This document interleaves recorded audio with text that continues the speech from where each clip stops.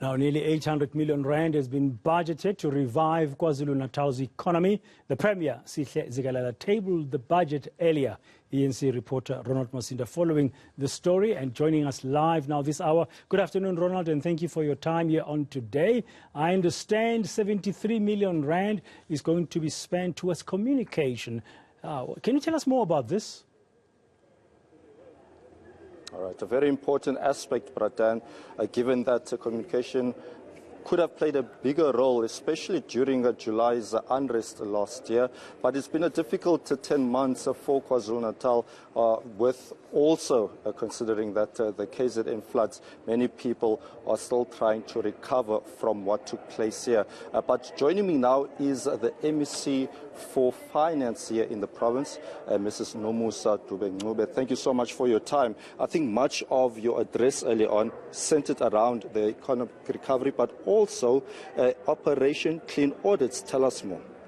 Yes, we are emphasizing Operation Clean Audit in that we're very happy that a number of departments and public entities as well as municipalities have increased in the audit outcomes in terms of the clean audit that we've achieved in the last financial year. This is because of the rigorous processes that we have in place. We have our internal audit and risk unit that is involved and in charge of ensuring that we audit various departments and entities, but also we produce the audit improvement plans that we check regularly with departments, but also we make sure that we support departments in the implementation of those audit and risk plans that they produce. But over and above that, we train CFOs, HODs to ensure that they also track the progress or lack thereof in their departments. One of the areas that we've been very worried about, which has caused this problem, is the misstatement. The compilation of the financial statement or the regular generalization of the records of various departments has been an issue, because if you do not reconcile regularly and you don't keep records, that's when people then would have irregular expenditures. They won't be able to keep track of records. Then that results into audits not being clean. MEC, let's center our focus now on a very important subject, and that has to do with the recent floods. There is a voice note doing the rounds of Democratic Alliance leader here in the province, suggesting, or rather he said that he spoke to you, and you said, according to him, that there will be no funds allocated from National Treasury to KZN government with regards to the flooding. Tell us more. Is this any truth to this? No, I think he might have mistaken that there will be no funds. We indicated that at this point there are no funds that have been transferred to KwaZulu-Natal because they were asking about the billion that was announced, and we did indicate that we have not received any funds. The funds that are available right now to us that are being spent by departments are the funds that are being reprioritized from what is available on the MTEF of the various government departments. Departments right now are finalizing the assessment of the damage in terms of how much the value of infrastructure and how much do we need from the national government, after which national government will then release the money. National government cannot just release money without knowing how much money is needed and what is it needed for. So that is why a national government has not released any money. And until such time that we are also satisfied that whatever amounts, whatever quantities that we are submitting, those are scientific, those are reliable, those are based on facts that we can actually justify and we can actually verify. And that is what is happening right now, after which national government will then release the funds. Right. Fair point, but how soon are you hoping to receive those funds? Well, as soon as we send the documents, because we have been regularly engaging with the national ministers as well as the National Minister of Finance himself. I communicate with him regularly.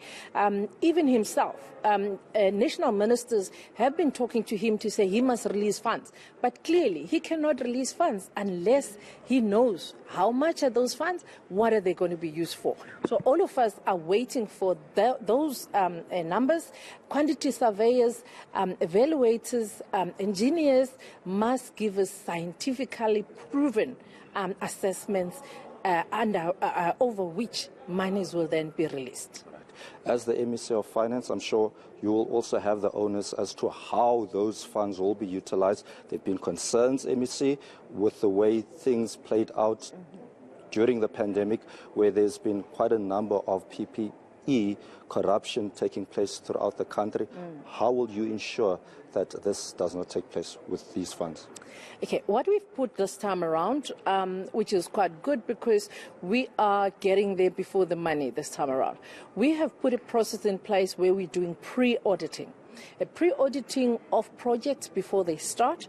We audit the process, whether the process that was done before those goods were procured was a correct process, whether there's a contract in place, whether that contract is value for money, whether those quantities, bill of quantities, even the amounts that are being charged, whether those amounts are competitive in terms of the going prices of those goods. We've put that process in place. I met with the Auditor General last week, and we've discussed how we are going to be collaborating. Auditor General also is making available to us some of the professionals that are going to be working with us, the quantity surveyors, other engineers that are going to be also auditing, helping us to audit whatever processes that departments are giving us, so that we make sure that all the processes right through are really legitimate. What we're also putting in place is post-projects. After the projects have been done, roads have been constructed or housing have been constructed, we're going to have a post-auditing to see whether those roads are there. If those roads are they of good quality? Are they durable?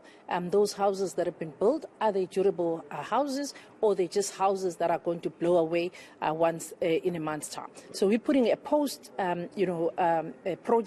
processes as well to audit even after the project have been implemented. MEC, very briefly, where do you feel the money needs to be allocated more to? Because we know about the issue of roads and we also know about the damaged infrastructure. Well, in the main, it's the infrastructure. So that, people, economy can also get back to normality, because we need jobs. We need people to get back to the employment. We need the economy to start working again. So the roads are the main at the moment, so that people can be able to move, goods can be able to move around. We need, all the schools, the clinics. We need all the companies that also have been affected to be supported. So there are monies as well that have been put aside for those companies that did not have insurance to be supported. And those that have insurance, they're also being supported to know how to apply to SASTRA, how are they going to accessing those funds. So we do have mechanism in place. We have all the teams in place that are ongoing helping. We also have what is called interministerial committee that meets every second day now. We were meeting every day, as well as the joint operation committees that meets on a daily basis, and we take reports. The one serious matter that we're still dealing with right now is to help the families to try and recover their loved ones, those that have not been able to recover their loved ones, but also to help those to settle back to their houses or to resettle to the safe places where they need to resettle. There's nothing that is as traumatic as people not even having a decent place to live after all this trauma that they've gone through. So really money needs to go to the humanitarian, to infrastructure, to ensure that we settle people back in dignity, because one area that we cannot really underscore is the dignity, is the human dignity of people that need to be replaced, that needs to be looked after during this difficult time. MEC, thank you very much indeed for your time. That was the MEC for Finance in KwaZulu-Natal, Mrs. Nomusa Dube-Ncube. It's back to you in studio. Thank you very much, the Ronald Masinda in Peter Marisburg, KwaZulu-Natal. Still ahead.